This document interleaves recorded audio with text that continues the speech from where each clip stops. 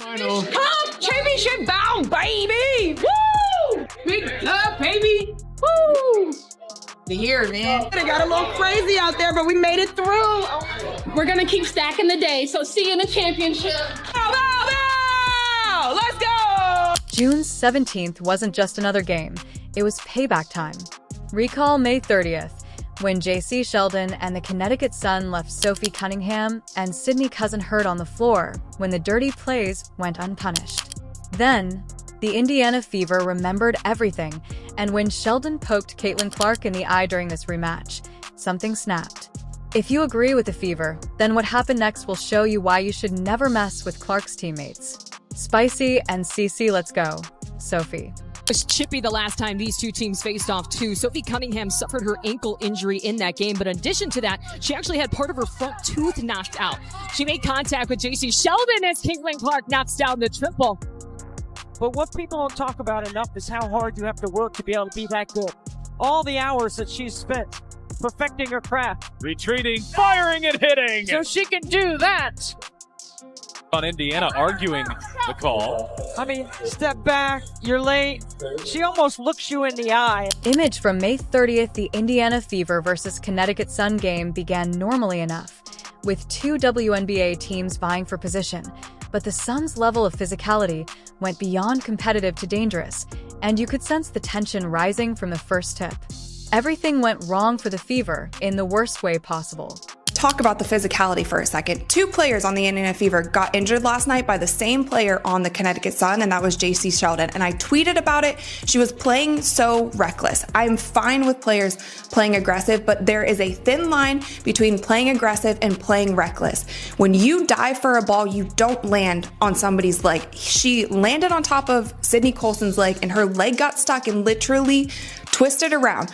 Both injuries, both Sydney Colson and Sophie Cunningham, were contact injuries. Sydney Colson was injured in another dubious play that left everyone wondering what was going on outside.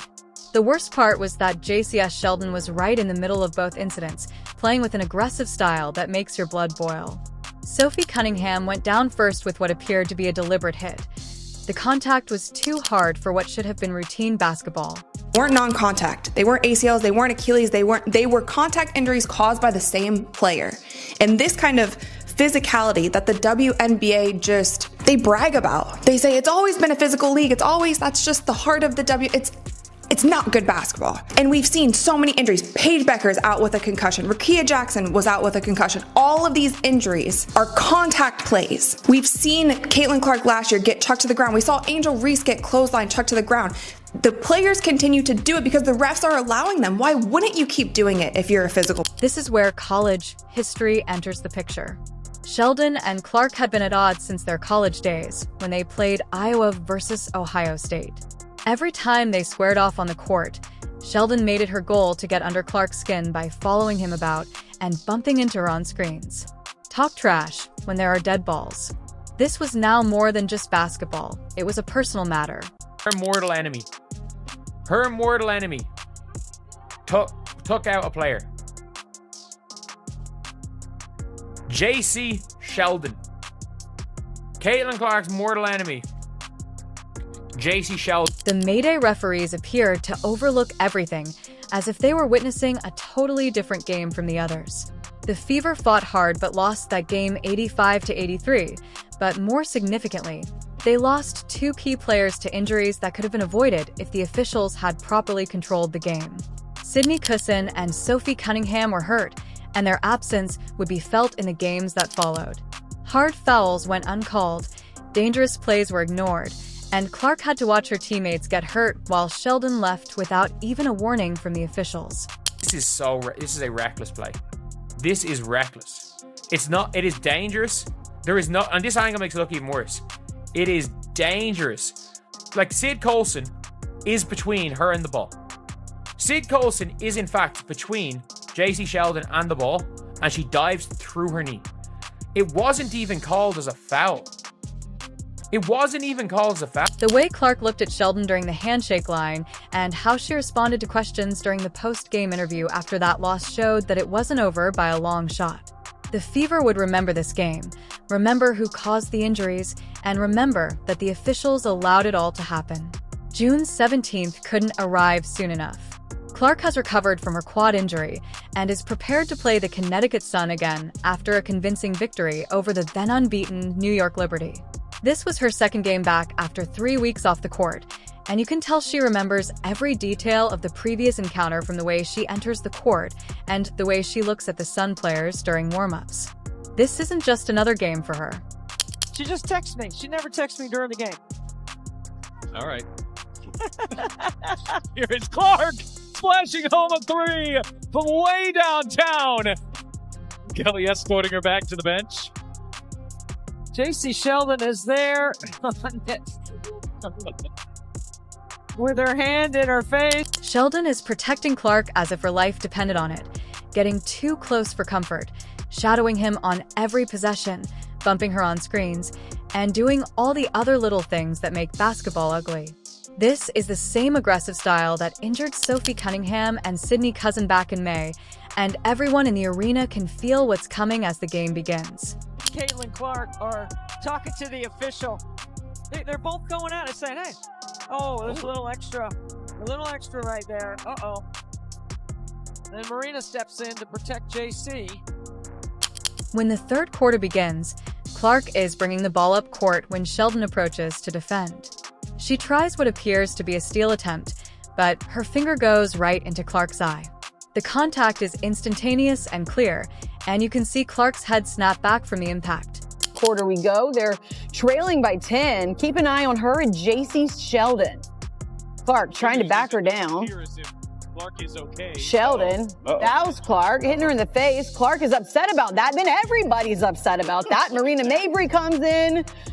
She decks Clark, tempers flaring on both. Clark touches her face right away, and when she understands what occurred, you can see the rage and anguish blending together. She's squinting to try to see clearly, but you can see she's thinking about more than just the physical discomfort. This wasn't a coincidence. After being poked in the eye, the player who hurt her teammates is now pursuing her using the same dishonest tactics that went unpunished. Before Clark does what any competitor would do, she pushes back, literally pushing Sheldon away from her. This is a normal reaction when someone pokes their finger into your eye socket. The crowd erupts because everyone witnessed what actually happened, but the referees are about to make things worse. I mean, is that displacement? I think it is. Oh, and Marina Mabrey's going to get ejected. If the officials saw that, Marina Mabrey is going to get ejected. Well, they're going to go and look at it. Look at Mabrey. She's got a scar on one side, a scratch on one side of her face, a scratch on the other side. It's not from the game today. I asked her about it. She's always in the mix. There's a lot of contact here.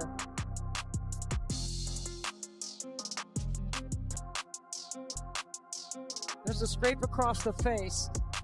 That's what Clark didn't like. Clark is standing there holding her eye, clearly the victim of a dangerous play, but the officials are reaching for their whistles. The arena is buzzing with confusion, and anger fans are pointing at the replay boards, showing the obvious eye poke that started everything, but the refs have their minds made up. They hit Clark with a technical foul for pushing back after getting her eye poked, a technical foul for defending herself after someone poked her in the eye. The decision made absolutely no sense.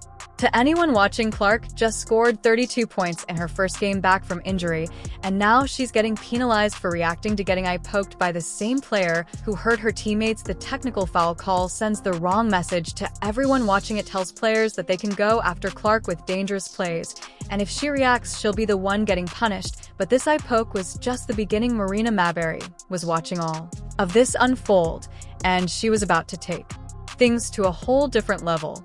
Take another look as we try to figure out what exactly went down. So you see her get hit in the face. Jacy Sheldon doesn't like that, and everybody on the team doesn't like it. Marina, trying to have her teammates back, pushes her down. You see a little bit of drama all the way around. Tina, Charles, Clark, and Mabrey, they received technical fouls. Sheldon received a flagrant 1 foul. Marina Mabrey decides to handle things herself in the worst way imaginable immediately after Clark receives that fictitious technical foul. Clark is still recovering from her eye injury when Mabrey approaches and takes action.